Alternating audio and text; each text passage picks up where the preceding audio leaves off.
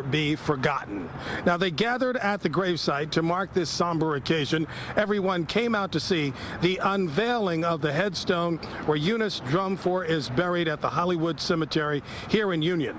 The family, surrounded by their church members and the young daughter of the councilwoman, stood silently as they watched on this one-year anniversary. Drumfor was shot multiple times just outside of our apartment building in Sayreville 1 year ago today. That murder touched off a massive investigation to find her killer and it led authorities to Port Smith, Virginia, where they located Rashid Bynum and arrested him on murder and gun charges. The councilwoman's husband was here for the service, and he talked about the pain of losing his wife and the difficulties he's faced over the last year. It has been full of frustration. It's not something anybody can imagine. It's so frustrating, I must tell you. Every day I cried. Every moment I cried.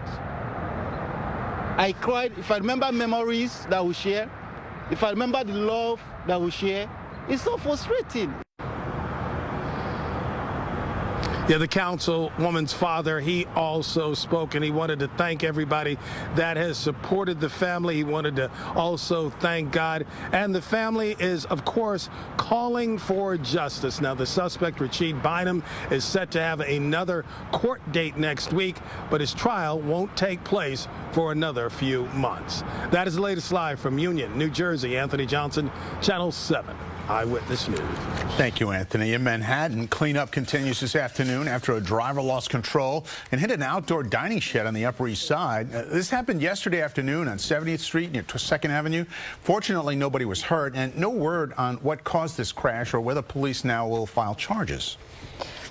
Well, Defense Secretary Lloyd Austin says that he never directed anyone on his staff not to tell the White House about his hospitalization, but says he takes full responsibility for keeping his prostate cancer diagnosis from President Biden. Austin just wrapped up speaking to reporters at the Pentagon briefing room a short time ago. Austin was rushed to the hospital on New Year's Day because of complications from surgery for his prostate cancer.